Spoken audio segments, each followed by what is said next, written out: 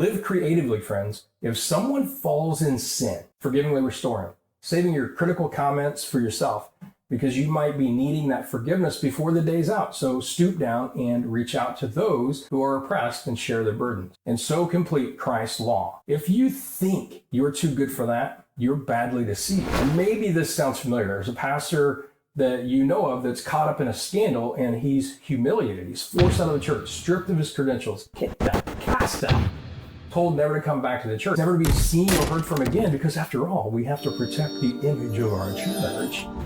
But we hear about these big ones, when they're on the news. That's a national thing. It's a well-known pastor. We hear about that. Our friends are always talking about it. And like I said, it's on every news feed we have. We don't really know all the facts. We just join that mob mentality. And most of the time, it's just this big news for quite a while until that pastor gets fired or humiliated and is basically canceled. The majority of the time across the country, these falls are not so public. I mean, it could be your pastor. It could be a close friend of yours. It could be you.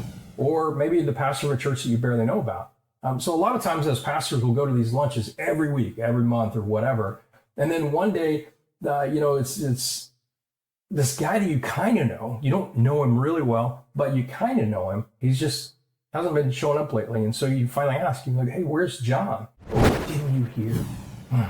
And then you hear all about how he was removed from his position, removed because of some moral failure, or really nobody knows all the circumstances, but it seems serious. Because again, there's just different stories that are floating around. And so you just don't know what to believe. And so what do you do in this situation? What have you done? Do you join the mob, or do you say, you know what, let me find out more about it? And so if you've been in this situation, what did you do?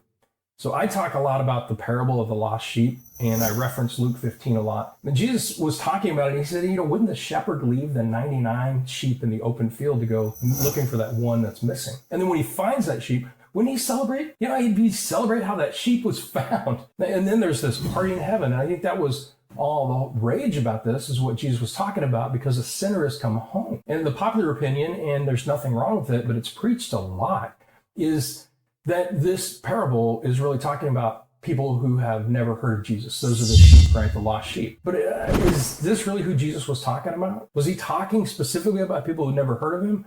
Or was he talking about people who once were part of the flock? And here's why I ask. Because when I think about how this parable is included with the prodigal son and the lost coin, that lost coin used to belong to that woman. And she went looking for it. She searched for it. When she found it, and she was super happy. And the prodigal son, even bigger, is that he lived in his father's house. He had this massive inheritance. Sound familiar? And then he left, and then he returned, and of course the father celebrated big time. And so wasn't that lost sheep part of the flock once? And so I call this the unexpected lost sheep. You know what? That unexpected lost sheep could have been a shepherd once. Think about that. And so when we look at this in relation to Galatians 6, the person that's caught up in sin, you who are spiritual, restore that person in a spirit of gentleness, but pay close attention so that you're not also tempted, and carry each other's burdens. And when we carry each other's burdens in this way, we fulfill the law of Christ. So if anyone thinks that he is